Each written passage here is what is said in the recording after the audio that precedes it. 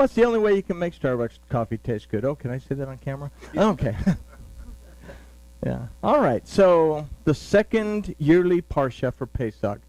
Now, I give you Vayikra 22, 26 through 23, 44 would be the entire Torah portion. We're not going to do the entire Torah portion, but we are going to look at Vayikra, Leviticus 23, 5 through 16, which gives us the law of first mention for the counting of the Omer. So, the next major event. Oops, let's talk to the boss before we get started. See there, I'm so excited. Father, thank you for this opportunity to study your word. We ask that you will open our eyes, open our ears, open our minds, open our hearts, so that we can see, hear, and above all, understand what your word tells us, so that we can be observant according to your word. And we thank you in the name of Yahushua. Amen. All right. Take two.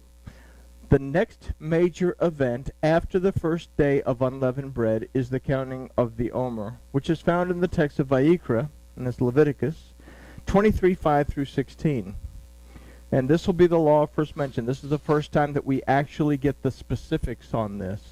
It's mentioned again in Devarim, in Deuteronomy, but we have to understand that what Moses gives us in Deuteronomy is an extreme Cliff Notes version of the entire Torah.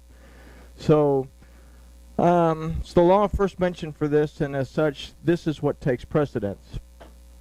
We're going to begin by reviewing the appointed days of Pesach so that we get a clear picture of the Omer. In this study, we're going to consider the rabbinical, the Pharisee position, the Karaite, the Sadducee position, and then we're going to take into account the rising of Yahushua for us to be able to make the right decision. So we start with verses 5 through 7 to bring us the first day of unleavened bread, and it is at verse 7 that we actually begin to consider the Omer. So verse 5 says, "The first month on the 14th day of the month at dusk is Yahuwah's Pesach." Okay, so the 14th day, we have to remember, we've had a lamb in our house since the 10th day. On the 14th day, we kill the lamb, and then we prepare the lamb to eat it for unleavened bread. Okay, so on this day, the lamb is killed and prepared for consumption at the evening observance of the first day of unleavened bread. Yahushua, according to the Bezoras, died on this day at 3 p.m. Okay. Verse 6. On the 15th day of the same month is the feast of unleavened bread to Yahuwah. 7 days shall you eat unleavened bread. So this is the first day of unleavened bread, and the lamb is eaten. Yahushua was in the grave prior to evening, and was in the grave for unleavened bread. And we read in the Bezorah that the Pharisees were freaking out, wigging out, and stressing out because they wanted all this to be done and over with before the Sabbath. So, we've called it Good Friday because, hey, Friday's the Sabbath, right? Except that the Feast of Unleavened Bread could fall on Monday, it could fall on Tuesday, it could fall on Sunday. The Feast of Unleavened Bread, the first day of Pesach, is still a Shabbat. So it's not talking about the seventh day weekly Shabbat. It's talking about a special Shabbat of the feasts and festivals, and we have a lot of days that are called Shabbats. So the first day of unleavened bread, and this is when the lamb is eaten. Yahushua was in the grave prior to this evening. They were preparing for unleavened bread. That's what they were preparing for. And he was in the grave for unleavened bread, which is this first Shabbat. Okay? So, cannot raise from the dead. Why can he not raise from the dead? Because it's Shabbat. Right? All right. So, in the first day, verse 7, in the first day you shall have a Kodesh convocation. Again, Kodesh, not a holy convocation. Kodesh is a word that means a convocation specific to a certain thing. Okay? In this case, you're going to have a assembly specific to Passover. Okay? So, on the first day you'll have a Kodesh convocation. You shall do no manner of servile work. Do we work on Shabbats? Well, no. Okay, so the first day of unleavened bread is to be a day of rest, a day to stop working and focus on one's commitment to Yahuwah Elohim. In other words, the first day of unleavened bread is a Shabbat. Again, Yahusha is in the grave. This will be important in our considering the Omer from a rabbinical point of view. Okay, so now we go to verse 8. And you shall bring an offering made by fire to Yahuwah 7 days. In the seventh day is a kadosh convocation. You shall do no matter of servile work. Okay, so here we read that the seventh day of Pesach is also a Shabbat. According to the Bezorah, Yahusha is already risen before the seventh day of Pesach. And this is going to be an important point for the Karaite point of view. So, we go on to verse 9. It says, And Yahuwah spoke to Moses, saying, we've gone over this verse a number of times. The verse represents for us Yahuwah's point of view, and it's a point of view that we have to take seriously. Which brings us to verse 10. Speak unto the children of Israel, and say to them, When you have come into the land which I give to you, and shall reap the harvest of it, then you shall bring the sheaf of the firstfruits of your harvest to the Kohen. So this is the verse that tells us that we are to observe a waving of firstfruits of the harvest in the land of Israel before Yahuwah. We can't do this in the diaspora. However, we keep this day in our minds so that we can count the Omer. So Yahusha was the first fruits of the resurrection. Okay? So let's take a look at the next verse, verse 11. It says, And he shall wave the sheaf before Yahuwah to be accepted for you on the morrow after the Sabbath. The Kohen shall wave it. So here's where the fuddy-duddy fudging comes in. Pharisees say that this Sabbath is referring to the first Shabbat of Pesach. Karaites are saying, no, it's the seventh day of Pesach, or the weekly Shabbat.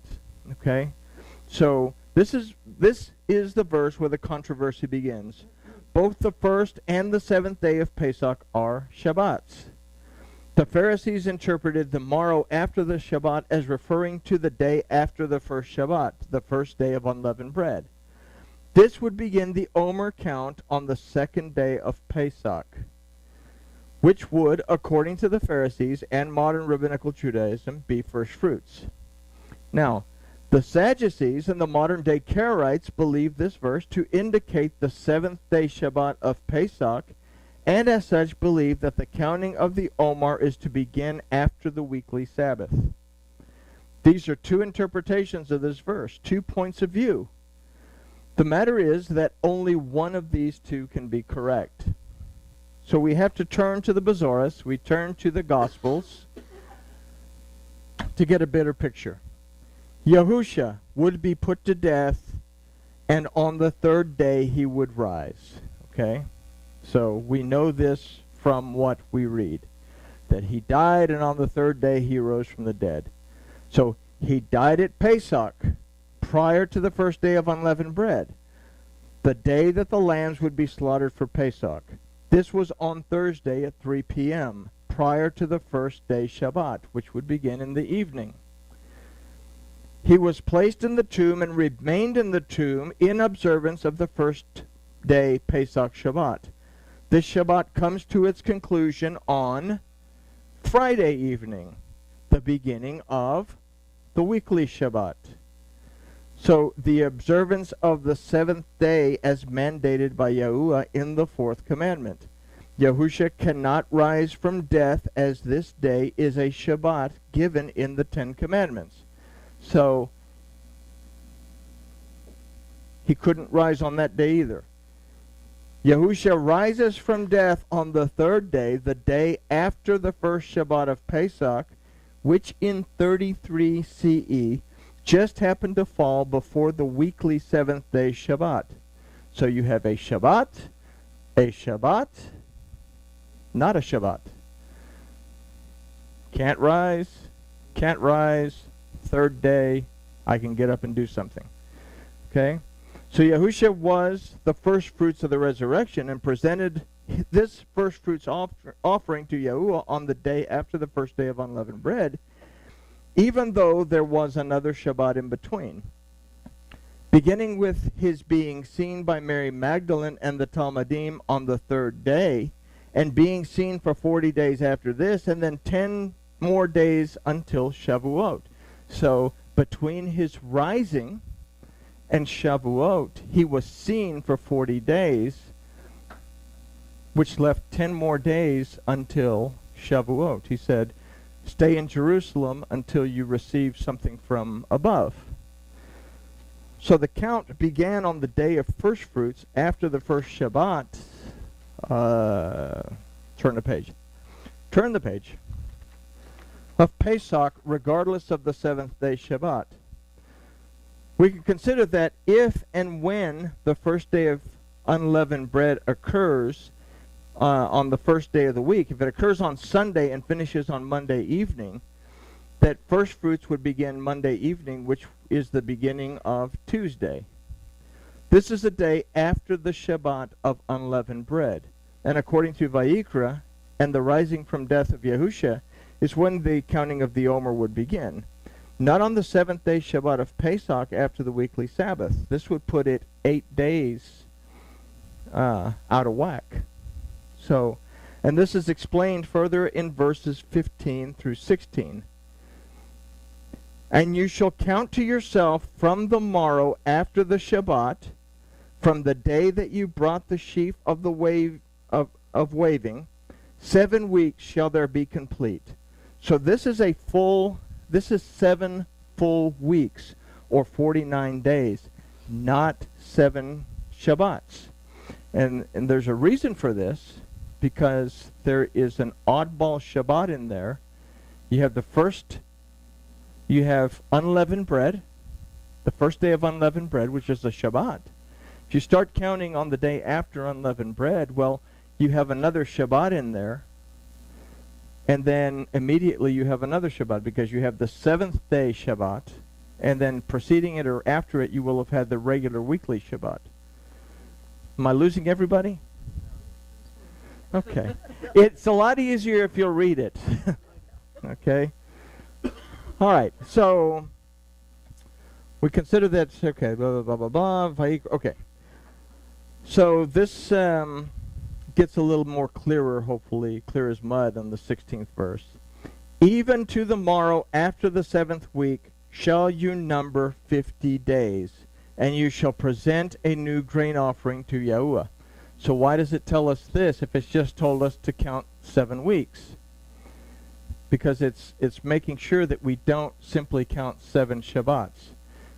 We have to count the full 50 days in this period of time. So although this is considered the Feast of Weeks, we read in verse 16 that we are to continue counting until day 50, which is Shavuot. The reason for this is that we are not to depend on counting 7 weekly Shabbats, as the 7th day Pesach Shabbat would throw off the counting of weeks. Everybody got that? Okay. We would therefore observe the first day of Shabbat, or first day Shabbat of Pesach, observe first fruits the day after the Shabbat, which is the 2nd day of Pesach, and on this begin counting 50 days until the 7 weeks, plus the 7th day Pesach Shabbat.